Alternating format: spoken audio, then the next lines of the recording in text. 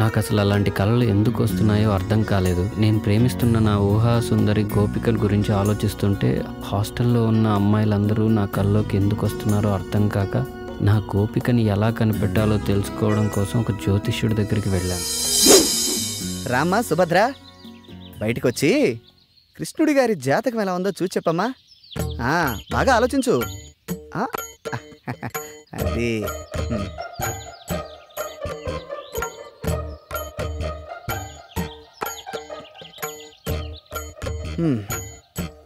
చూడైనా, నువ్వు చెప్పిన వివరాలను బట్టి మరియు నీ జీవితాన్ని క్షుణ్ణంగా పరిశీలించిన తర్వాత నీ సమస్యకు ఓ సమాధానం గోచరిస్తోంది.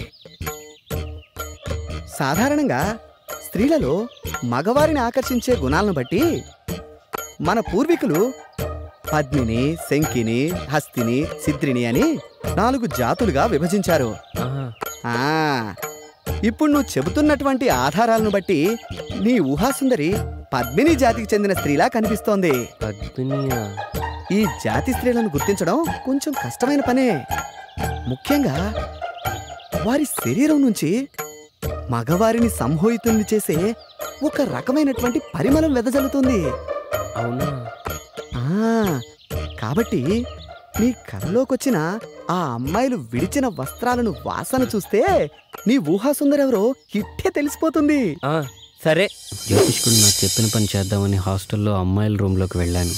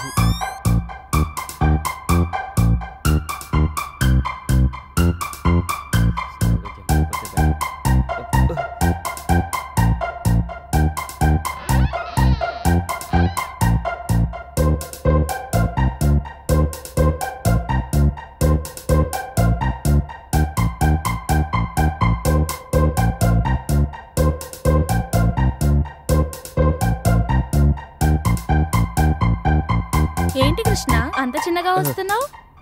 నేనని ఎలా గుర్తుపట్టావు? చంద్రుడు రావడం వెన్నెలకు ఎవరైనా చెప్పాలా?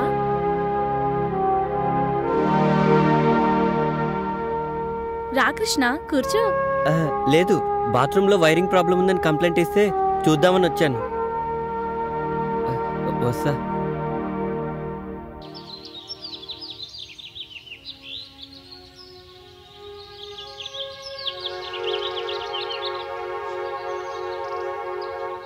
ఆగమ్మా. ఎందుకు? నీతో పనుంది. నాతో మీకు పని ఏంటి? తప్పుకోండి. ఒక్కసారి ఇది చూడు.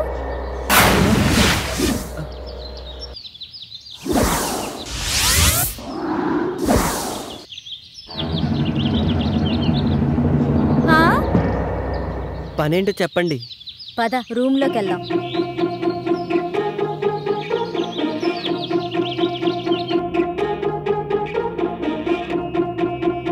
కూర్చో.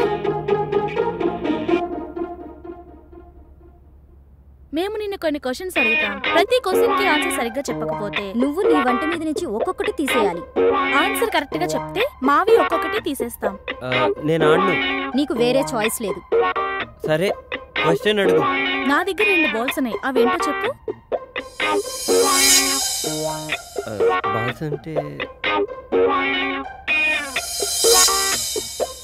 నాకు తెలీదు.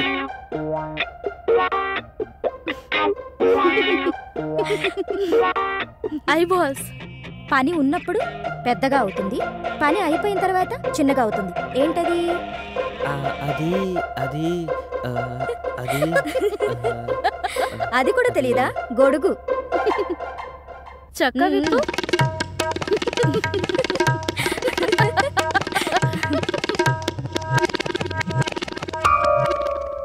అయితే సరే, ఆడవాళ్ళకి 2 ఉంటాయి, మగవాళ్ళకి 1 ఉంటుంది. అదేంటో చెప్పు.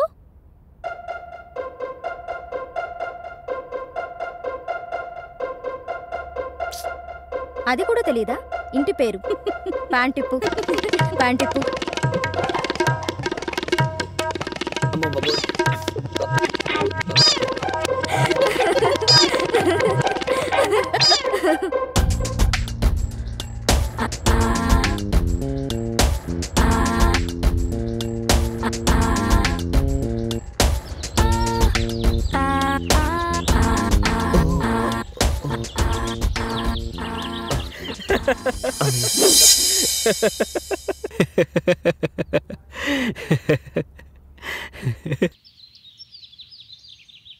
ఎక్కడికమ్మా ప్రొద్దునే బయలుదేరావు? మీకు రాత్రే చెప్దామనుకున్నాను నాన్న, కానీ మీరు వచ్చేసరికి నేను నిద్రపోయాను. పొద్దున్నే లేచి చూస్తే మీరు లేరు. మాధవరావు ఏదో పనుందని ఫోన్ చేస్తే వెళ్ళొస్తున్నానమ్మా. ఏంటి విషయం? ఆయనకు జాబ్ వచ్చింది నాన్న, గుడికి వెళ్దామని బయలుదేరాను. గట్టిగా అనుకో, దానికి తెలిసిందంటే ఇల్లు మీకు పందిరేస్తుంది. సరే వెళ్ళరా, అబ్బాయికి నా కంగ్రాట్స్ చెప్పు. సరే నాన్న, అట్నుంచి ఆఫీస్కి వెళ్ళొస్తాను. అలాగేనమ్మా. పిచ్చి తల్లి, సంతోషం వచ్చినా దుఃఖం వచ్చినా ఓర్చుకోలేదు. దేవుడా, నా బిడ్డను చల్లగా చూడు.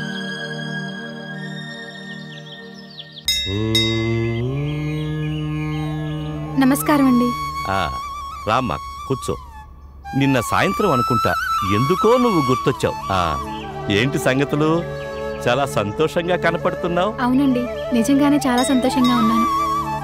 అంతా మీ ఆశీర్వాదం వల్లే. నాదే ఉందమ్మా, అంతా భగవంతుని దయ. ఎప్పుడూ చూడని సంతోషం నీ మొహంలో స్పష్టంగా కనిపిస్తోంది. ఇంతకీ ఆ అబ్బాయి పేరేంటి? అది మీకెలా తెలుసండి? మీ వయసులో ఉన్న అమ్మాయిలు మనసులో నవ్వుకునేది 2 సందర్భాల్లోనే. మొదటిది మనసుకు నచ్చిన తోడు దొరికినప్పుడు, రెండవది తొలిచూలు కాన్పుకు సిద్ధమైనప్పుడు. మీ విషయంలో మొదటిదే కరెక్ట్ కదా? నిజమేనండి. నా జీవితంలో ఇలాంటి సంతోషకరమైన క్షణాలు వస్తాయని నేను కల్లో కూడా ఊహించలేదు. అంతా ఓ అద్భుతంగా ఉంది. చూడమ్మా, శిశిరం వచ్చి ఆకులన్నీ రాలిపోయి మూడువారిన చెట్టుకు మళ్లీ వసంతం వచ్చి కొమ్మలు చిగురిస్తాయి. కొత్త ఆకులతో ఆ చెట్టు కళకళలాడినట్టు కష్టాలతో కాపురం చేసిన జీవితానికి సుఖాలు కూడా స్వాగతం పలుకుతాయి. ఇంతకీ ఆ అబ్బాయి పేరేంటమ్మా? అతని పేరు రాజా. నా అనే వాళ్ళెవరూ లేరు. నేనంటే తనకు చాలా ఇష్టం. మంచి మనసున్నవాడు. ఎవరూ లేని పిల్లలకు అన్నీ తానే అయి ఆదుకుంటున్నాడు. ఇప్పుడు నా కోసం ఉద్యోగం కూడా చేస్తున్నాడు.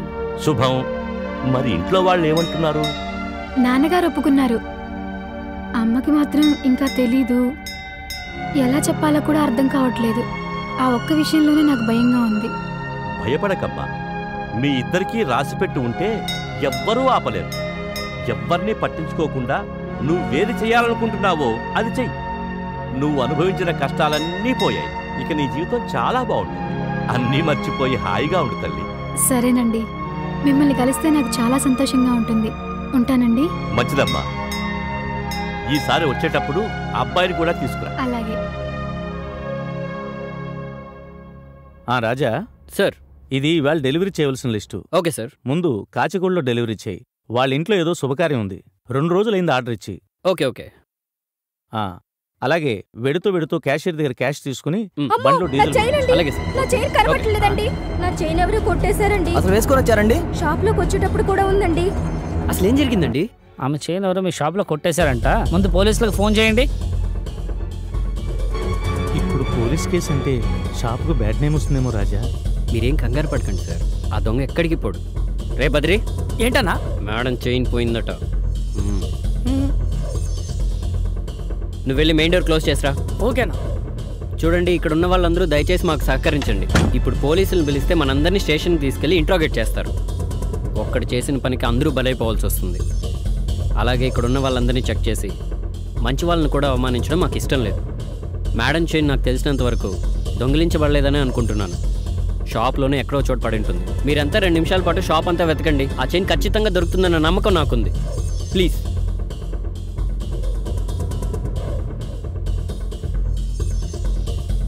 పొద్దున్నే బంగారపు చైను పండగ చేసుకోవచ్చు అనుకున్నాను. వీడెవడో పెద్ద దొంగ నా కొడుకులా ఉన్నాడు. తెలివిగా ప్లాన్ వేసి దెబ్బతీశాడు. దొరికింది చైన్ దొరికింది. ఇదేనమ్మా చైను? అవునండి. బయటకు వచ్చేప్పుడు జాగ్రత్తగా ఉండాలని తెలియదమ్మా నీకు? నీ ఒక్కదాని కోసం ఇంతమందిని ఇబ్బంది పెట్టావు. భలే దానివమ్మా. చాలా థ్యాంక్స్ రాజా. ఈరోజు నా పరుగుతో పాటు నా షాపు గుడ్విల్ కూడా కాపాడు.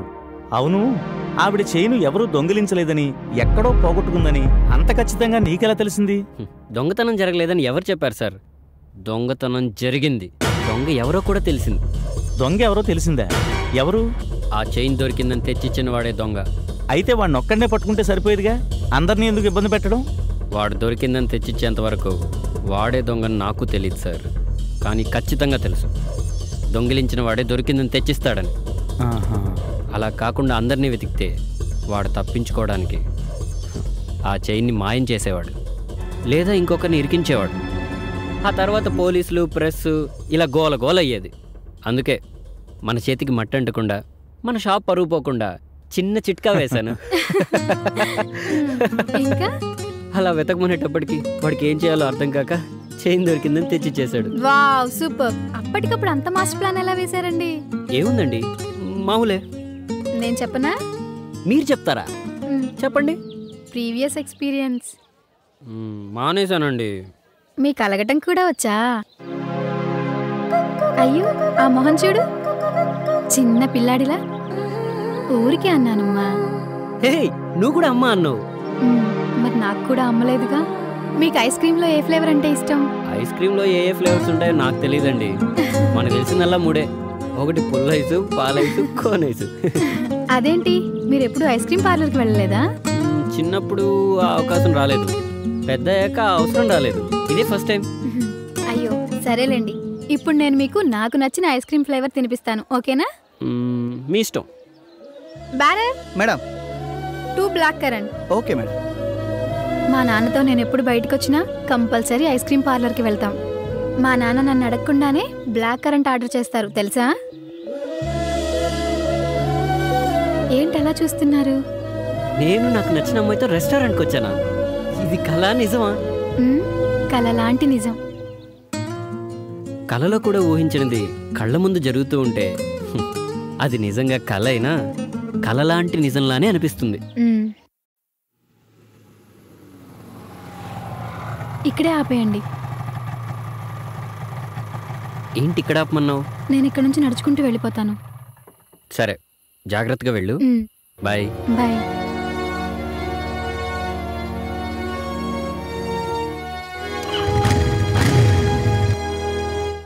ఆఫీస్ 5ంటికి అయిపోతే ఇప్పటిదాకేం చేస్తున్నావు? అడుగుతుంటే సమాధానం చెప్పకుండా వెళ్తావేంటి? ఫ్రెండ్స్ని కలిసి వస్తున్నాను. పెళ్లి కావాల్సిన పిల్లవి, ఫ్రెండ్స్ని కలవడాలు అవి మంచిది కాదు. రేపు నీకు జరగరాంది జరిగితే నిన్నన్రు సవితి తల్లి సవ్యంగా చూడలేదు అని అందరూ నన్నాడిపోసుకుంటారు.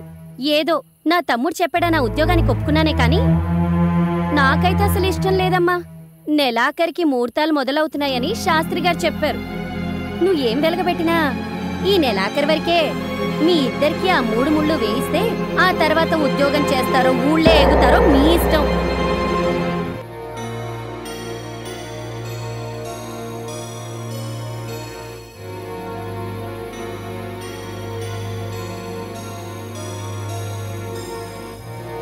ఆ రోజు ఆయిషాని కలవడానికి నేను నా అసిస్టెంట్ కలిసి షూటింగ్ లొకేషన్కి వెళ్ళాం. షూటింగ్ జరుగుతూ ఉంది. అది తెలియక డోర్ ఓపెన్ చేసుకొని నేను లోపలికి వెళ్ళాను.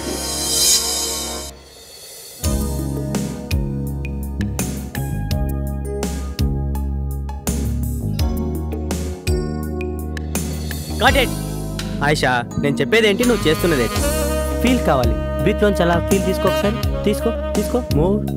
Okay okay. Close your eyes. Mount up, mount up, mount up, mount up, mount up, mount up. ఏయ్, ఎవరది? షార్ట్ మాత్రం డిస్టర్బెన్స్. ఏమయ్యా డిపార్ట్మెంట్, చెప్పచ్చు కదా ఆయన బయట పంపను. అతను నాకు కావాల్సిన వాడు. షూటింగ్ చూద్దామని నాతో వచ్చాడు. Oh sorry. ఓకేనా? Are you ready now? Take చేద్దామా?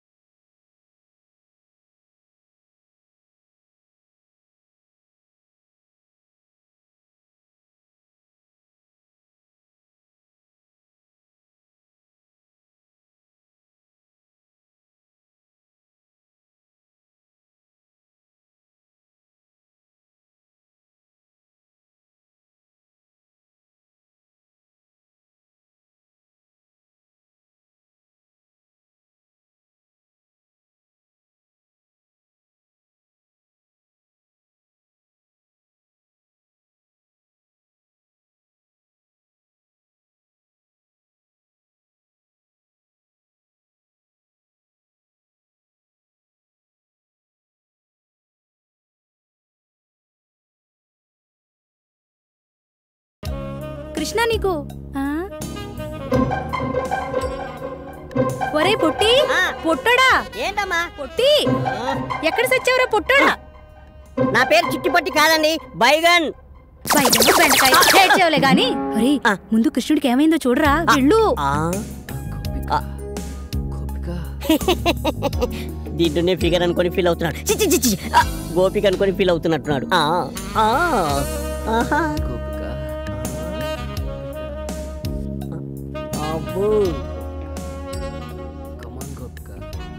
గోపిక